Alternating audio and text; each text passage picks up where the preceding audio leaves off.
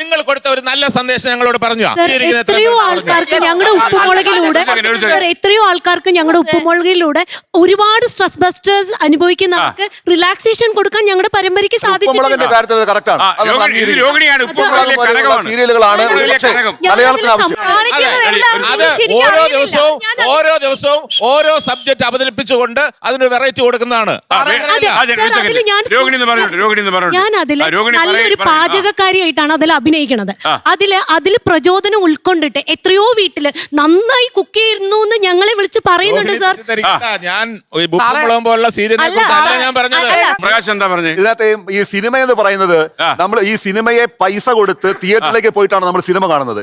നേരെ മറിച്ച് നമ്മൾ ക്ഷണിക്കാതെയോ ക്ഷണിക്കപ്പെടാതെയോ നമ്മുടെ വീട്ടിലേക്ക് വന്നു കയറുന്ന ഒരു അതിഥിയാണ് സീരിയൽ എന്ന് പറയുന്നത്. പറയട്ടെ, ഞാൻ നിങ്ങളെ വിമർശിക്കാനല്ല, ഞാൻ വിമർശിക്കുകയല്ല.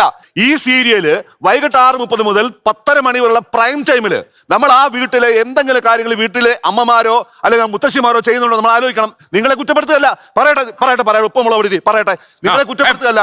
എനിക്ക് പറയാനുള്ളത് ഉപ്പുമുളക് കൊള്ളാം സാറേ, അത് കൊള്ളാം. കാര്യം അറിയോ,